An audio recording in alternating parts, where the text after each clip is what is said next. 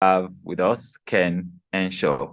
He is the executive director of With the People, and together we'll be looking at net zero at COP28, getting it right. So if I can start with you, Ken, I'm curious to know, will you be at COP? Do you plan to be at COP28?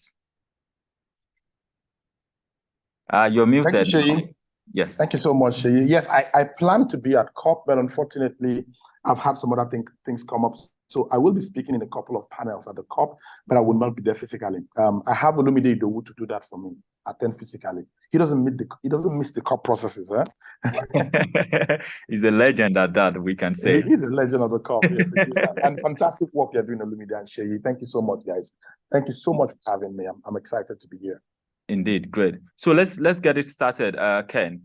Yes. Net zero. How would you first conceptualize? I mean, I have heard people like Nimon Bassi, whom you're very close with, explain net zero, and he unveils the covering behind this coded word. But I want to hear from you. What is net zero to you? When you think of net zero, how do you think of the concept of net zero? So first and foremost, I mean, what is net zero, right? Before I say what net zero is, it's important to first say what net zero is not. Net zero is not zero, okay? So net zero is a concept that borders around the whole climate change conversation. It borders essentially around the need for us to have zero emissions. For us to have zero emissions. That's what net zero borders around. And it's a concept that, I mean, it uses the word, I think net zero uses the word zero in a very fraudulent manner. Please forgive my use of the word fraudulent. It uses the word fraudulent, right?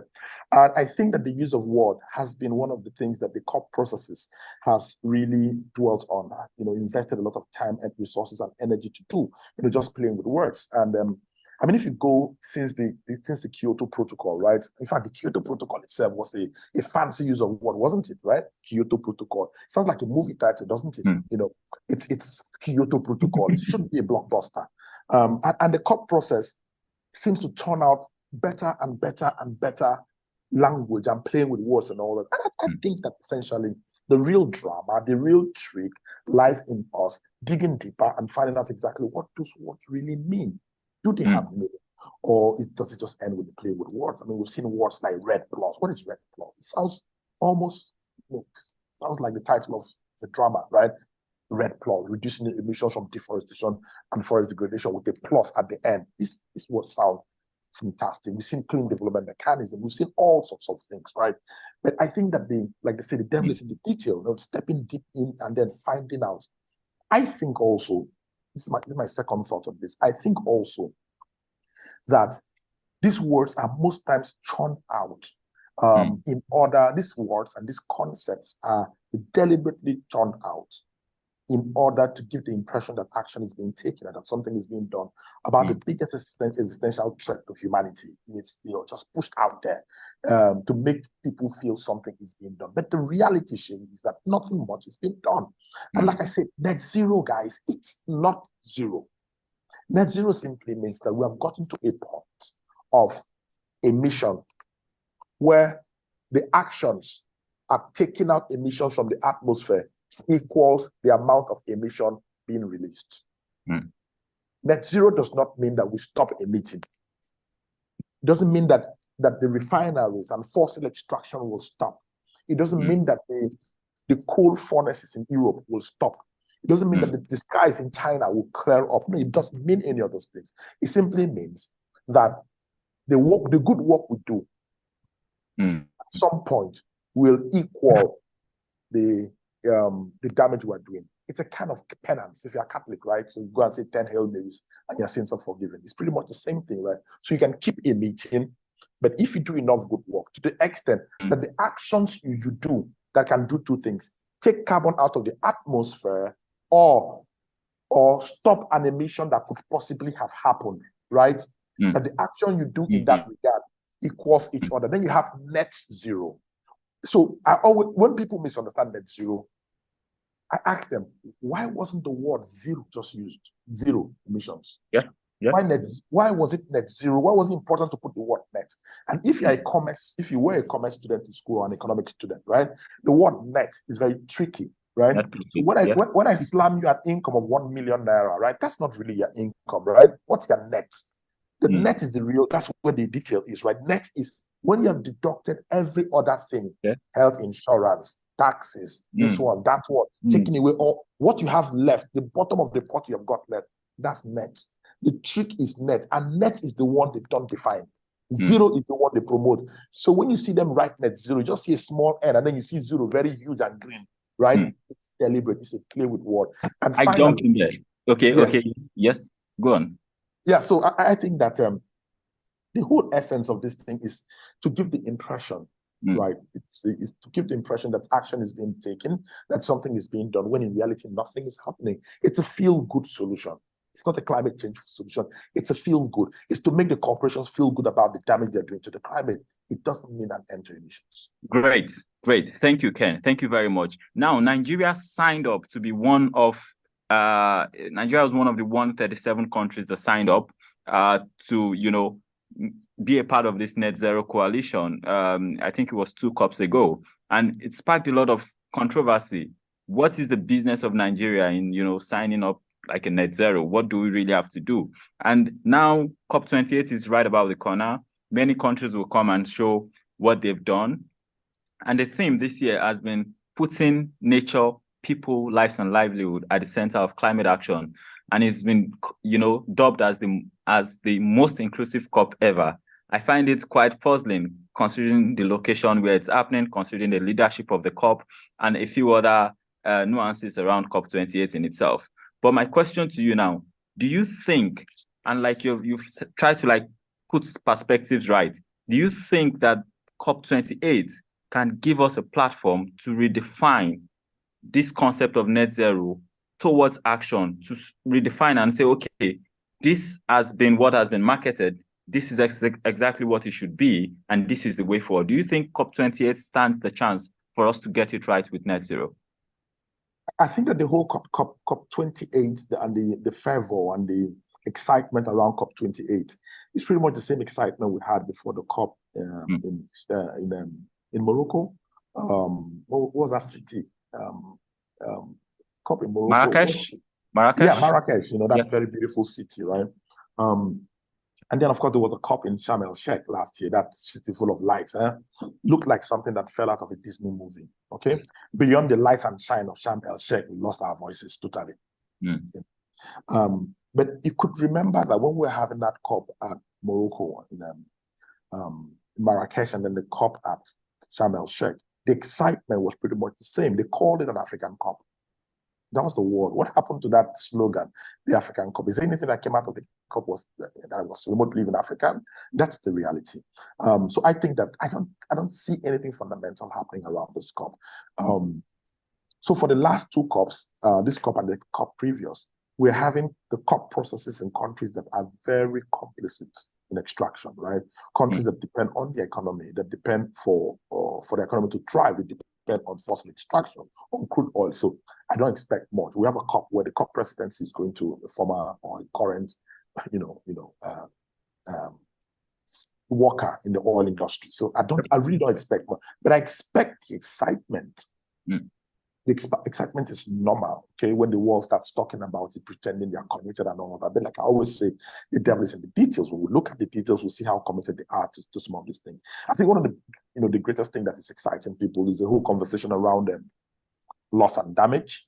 And there's already a conflict around that concept, right? Loss and damage. So bottom line, Seyi, I do not see this COP in UAE being different. Number one, for a COP to be different, there needs to be ample opportunity for people beyond negotiators, beyond government parties, beyond oil company parties. There needs to be space for people to express themselves, the alternative spaces. In Morocco, we had no alternative spaces. In Sharm el-Sheikh, we had no alternative spaces, right? And in UAE, you will have no alternative spaces. And don't forget that protests are banned in that country. It's still pretty much authoritarian, right? So you will not have alternative spaces. There are people already boycotting the COP. So in terms of excitement, I'm not excited about the COP. That's why I'm not even excited. So excited about going. It's the type of excitement a kid has just before Christmas, right? And when I was a kid, I used to be very excited that we're going to travel before Christmas, right? And at the end of the Christmas, I realized that it was the worst Christmas ever. For kids, every Christmas is the worst Christmas, right? It's going to be pretty much the same thing. And then you talking about Nigeria signing up to net zero. Nigeria signs up to anything, man. Anything. Oh my goodness. Anything. Nigeria, any document. Have you got a net zero plan? Yeah, we do. Have you got have you set up no emission plan? Yes. Clean we have all the plans. Yeah, we write them. We just pick one or two countries, copy from them, and then put it in the cell. We are compliant in all the plans. But what have been our actions in actually delivering real climate action? Almost zero. Okay. So Nigeria signs up to everything. Good. That's the reality. I got it. I'm very mindful of your time, and I want this to be as engaging as possible also. So at this point, I want to say thank you to all those that have joined us. We want to make this as interactive. What are your questions around net zero and COP28? Do we have the chance to get it right? Is there any recommendations you want to put forward?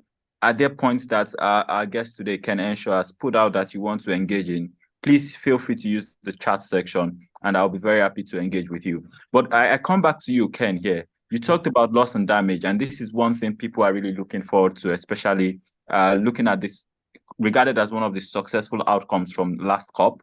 It's expected that this year will then shape how we make sense of the loss and damage strategy. You work, I mean, the work that you do is pretty much around the concept of loss and damage. If you look at it beyond, increasing the voices of local environment and strengthening their engagement, it's also about how do we repair what has gone bad, right? How do we get the finances to get things running in the right direction? So I just want to get your thoughts or feel your thoughts a little bit when it comes to loss and damage and the opportunities that it holds at this huge climate conference. So because you're concerned about time, I'll try and make it super brief, right? I think that loss and damage is exciting, right? But I don't think that the global West, the global North, considers loss and damage exciting. And that's why loss and damage came 39 hours after the COP closed in Sharm el-Sheikh. Negotiators have to stay an extra 39 hours, just 39 hours after. Calculate that in terms of football. You call that a bad goal. You call that bad officiating. If you left the game 39 minutes going on for the opponent to equalize, right? So that's when loss and damage. So it feels to me, having left it that long, that 2 weeks was not enough to negotiate and agree on loss and damage. It gives me the impression that it was an afterthought. It was something that a lot of people resisted. If people resisted the introduction of loss and damage, and in 2 weeks they couldn't agree on that protocol, and in 39 minutes after, they couldn't agree on the protocol, it gives me the impression that it wasn't a very popular motion there. And if it wasn't a very popular motion, it means that there are people who are actively opposed to it. And if there are people who are actively opposed to it, you will see that opposition in the protocols. It will not be so well defined, at least as well defined and as progressive as we want it to be. So there's a lot of questions. Don't forget that the committees were set up to work out the details of that protocol. For me, what's important to see at the COP in the UAE are the following things in terms of loss and damage. Please tell us. How will the loss and damage fund be different from other previous finance funds? Don't forget the 100 billion that was promised, less than 10 billion delivered, right? How different will it be from that fund? That's one. The second thing, how additional will it be?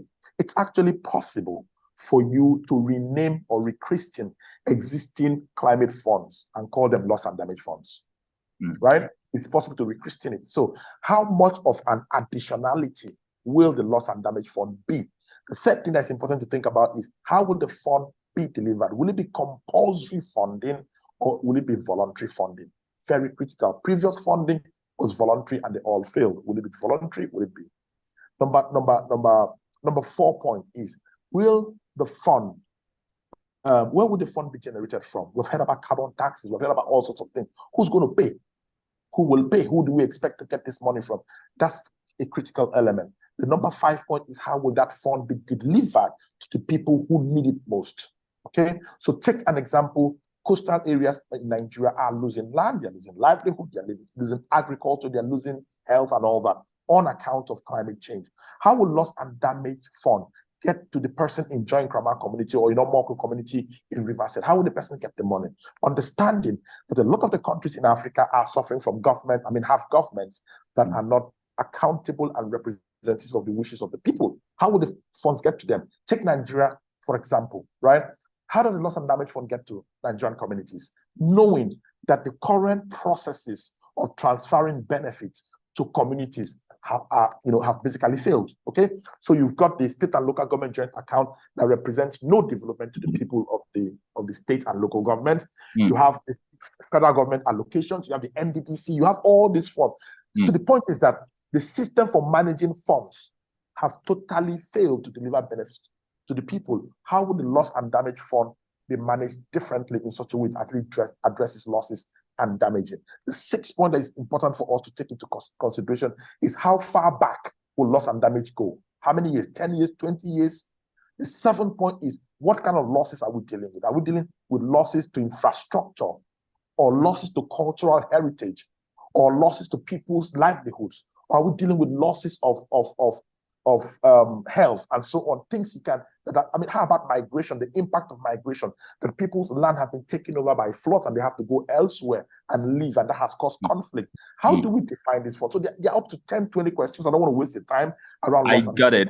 And that's why I think that the COP in UAE is very critical. But guess what, Sheyi? We've already made a mistake as countries in the front line of this thing.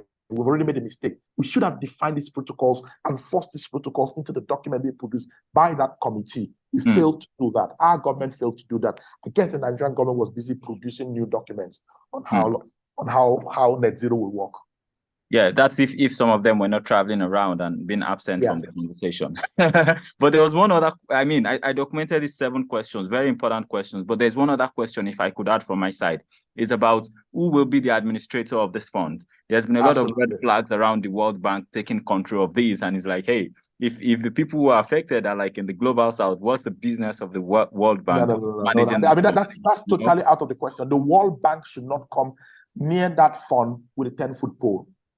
Okay, right. The history of the World Bank in third world countries, Nigeria, for example, has been devastating. I tell you one thing: if the World Bank manages that fund, they're going to take like 50% as administrative cost. That's what the World Bank does. We can keep this going, but like I said, I'm mindful of time. I'll just open it up. If there is one person who wants to make any quick comments, quick question, I can take that. Otherwise, I think we've very succinctly dealt with the topic net zero and COP28. Thank you for these important questions you've asked. And they are really, really, if we would get it right by any means, we admit we share this skepticism and this fear of the process so far. But if we will get it right by any means, I think we have to table these 7 questions, including the one I put forward, these 8 questions, and get answers, correct answers to it before we can say we can make something out of COP28. But here I would like to say thank you. What are your last words, Ken, as we call it a wrap? Well, so I think that so I'm going to speak from the point of view of Nigeria and being a Nigerian, right? I think that the Nigerian people, including civil society, have left the conversation, the real conversation around climate change, too much to the government. And I dare to say that our government is not, the Nigerian government is, and their negotiators and their planners are not handling the climate change conversation the way we should handle. We should be a leader. A country of over 200 million people, we should be a leader in this conversation. We should be charting the course. Other countries should be keeping behind us. But you will be in the COP in the next few days, right? You will see the countries from Asia, you see the countries from the island countries being the ones charting the course, pushing the agenda and driving the narrative. Even on loss and damage, you will see Nigeria totally disappearing from it. I think it's about time that the government parties take a step backwards and allow other people lead this conversation. Brilliant people like you, Sheyi, brilliant people like Olumide Idowu, who have done fantastic work, bringing this conversation to the fore. It's about time that we lend hands and lend service to this conversation. The Nigerian state, and by the way, Sheyi, if you're going to be at the COP, I challenge you to go to the Nigerian pavilion. I will be there. Please go to the Nigerian pavilion as a Nigerian, to use the Nigerian pavilion to do a 1-hour event. Do you know what the cost is? It's 3 million naira. To use the Nigerian pavilion to do an event, right? So for them, this is still a jamboree, a way of making money. They're going to go there. Let me predict, like I'm not a prophet. They're going to go there. They will wear uniform. They will wear shade. They will do absolutely nothing. There will be no literature on the table for anybody to pick up. They will not do any workshops. They will go. They will have fun. They will do a lot of shopping. See them return. They will return with large boxes of clothes and things to sell that they have bought. The conversation about a global emergency and catastrophe, the biggest existential threat to humanity, needs to go beyond this kind of puerile and childish leadership. We need to take leadership. And I throw that back to you, Sheyi and Olumide. As leaders of civil society around climate change, we need to take real leadership and we need to chart the course. Those would be my final words. Thank you very much. Those are really cogent words you share there. And this is something I hope everyone will take with you as we leave. We have left so much in the hands of the government. It is time for us in different capacities, different caps that we wear, to then step into the game, to step into the field and begin to actively play. Thank you so much, Ken Earnshaw, Executive Director with the People, for your insights and for sharing with us this very interesting comments about how we could get it right, if at all we have the chance. And I do believe that we have the chance. But this is where I would call it a wrap. And thank you everyone that has joined us. Thank you for listening, for engaging.